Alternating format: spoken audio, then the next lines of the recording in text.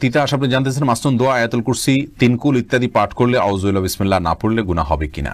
ভাই ফারুক, মাসনুন দোয়ার শুরুতে আউযুবিল্লাহি বিসমিল্লাহ পড়ার দরকার নেই, কারণ দোয়াগুলোই হলো আল্লাহর জিকির। সরাসরি আউযুবিল্লাহি বিসমিল্লাহ বলার উদ্দেশ্য আল্লাহর জিকির করা। তাছাড়া কোরআন হাদিসে কোথাও আমাদেরকে দোয়াগুলোর আগে বিসমিল্লাহ পড়ার কথা বলা হয়নি, আউযুবিল্লাহর কথা বলা হয়নি। আল্লাহ সুবহানাহু ওয়া তাআলা এরকম নির্দেশ করেননি।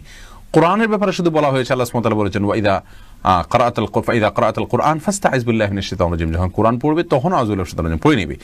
আর নবী সাল্লাল্লাহু আলাইহি সাল্লাম প্রত্যেকটা সূরার আগে বিসমিল্লাহ পড়েছেন। সেই হিসাবে আমরা সূরার আগে যখন পড়বো তখন বিসমিল্লাহ পড়বো, আর তেলাওয়াত যখন শুরু করব প্রথমে তখন আউযুবিল্লাহ পড়বো এবং সূরা শুরু হলে বিসমিল্লাহও পড়বো। আর যদি সূরা শুরু না হয় মাঝখানে হয় তাহলে শুধু আউযুবিল্লাহ পড়বো, যেহেতু শুধু আউযুবিল্লাহ করার নির্দেশ করা হয়েছে।